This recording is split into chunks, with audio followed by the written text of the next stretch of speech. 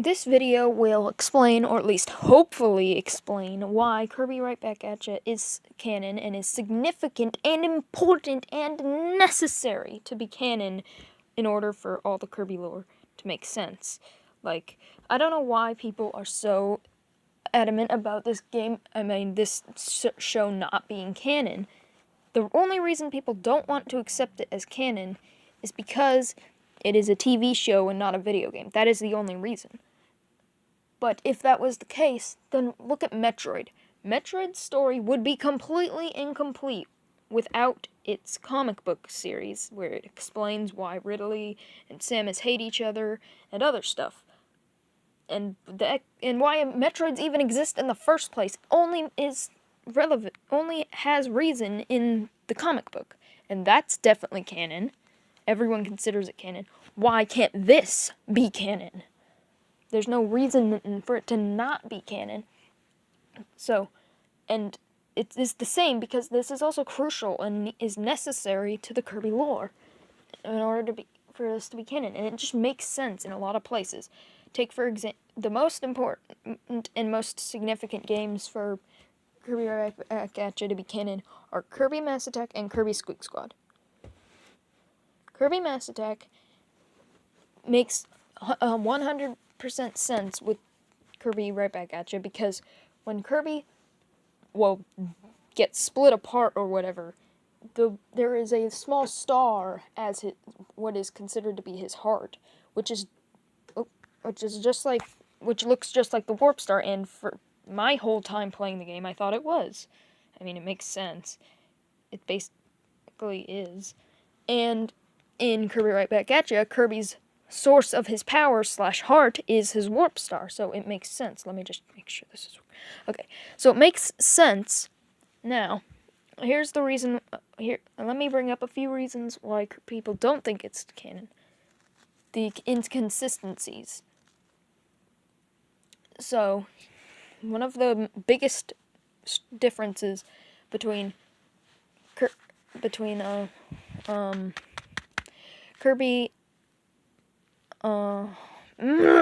Adventure and Kirby Right Back At Ya is that in the anime, DDD works with Nightmare, and in Kirby's Adventure, DDD seals away Nightmare. Here's why this makes sense. Kirby Right Back At Ya is a prequel. This should be obvious. Even, if it was canon, it's obviously a prequel, because it's the only game where we actually see Kirby landing into into Popstar, and actually getting there for the first time ever, which is how we got there. Now, the thing that is weird, this is why this still makes sense. In the final episode of Kirby Right Back At Ya, DDD realizes he's an idiot, and he's been working with an demonic force this entire time.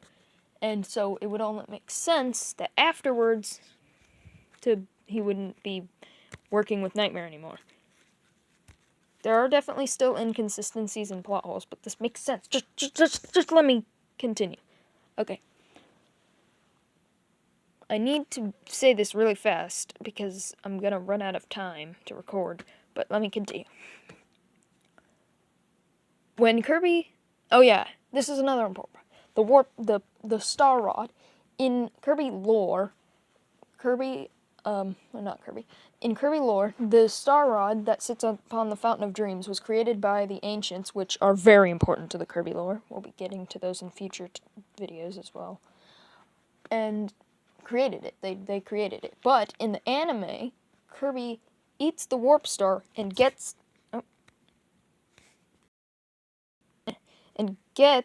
the Star Rod as from a copy ability from the Warp Star. But here's why this makes sense. It was in a dream. More specifically, it was in Kirby's dream, so anything could happen. He's literally in a place floating with a bunch of food everywhere in the middle of outer space. Nothing makes sense here. Anything happens, and in Kirby's dream, I'm not sure how Kirby knew that the Star Rod would be his weakness, but that... stop turning off phone! Okay. But it doesn't matter how Kirby knows or any of that. So yeah. And oh yeah, these tie into each other. Nightmare was defeated in a dream, which I guess because Nightmare is Nightmare and he is a dream, it's confusing. There's still inconsistencies for sure, but it's not big enough to the point where this entire thing should be ignored and thrown out the window. Okay. So, that is the two biggest things out of the way. Oh yeah, and because Nightmare was only defeated in the dream world, so he was still alive and it came back in the real world. There is a strange difference between, like, in the anime, the inside of his cape was immune, but in the game, the inside of his cape is the weak point. But then again, he just looks completely different. And also, these were made in completely different time periods, so things might change and other things. Maybe he was in a more powerful state. I mean, he had entire armies, but in the game, it's just him himself. One thing that I would actually like to put a hole in my own theory, just to say that I'm not MatPat, and I'm not only going to bring up things that are holes if I can counter them back. This is one that actually does make sense. The difference between Wispy Woods in the anime and in the game. In the anime, Dedede tries to kill Wispy Woods about like 3 times through the entire series. But in the game, Wispy Woods is considered one of Dedede's friends/underlings, which definitely does not line up. Now, one thing that I've always thought is that Wispy Woods has been an important character in a lot of arguments, like, oh, Kirby is evil because he killed a tree, something like that. Kirby needed the pieces. Kirby needed the Star Rod piece, and Kirby needed the Twinkle Star whatever thing, the Sparkle Star from the first game. But who says that Wispy Woods agreed to this? Considering how Dedede is, both in the game and in the anime, Dedede probably just forced him to keep the Star Rod piece, instead of actually, like, it makes sense. Okay. And another important thing is Dedede has only ever in the games, Dedede has only ever had one bad moment, and the others were either getting possessed and taken over and forced by other things, or just competition, even if it is dangerous and deadly competition, like Kirby Battle Royale and stuff. But in Star Allies, it says he has a terrible, bad history of doing a bunch of evil things, but he only ever did one thing. In the games, that is. But he does have a horrible history in the anime.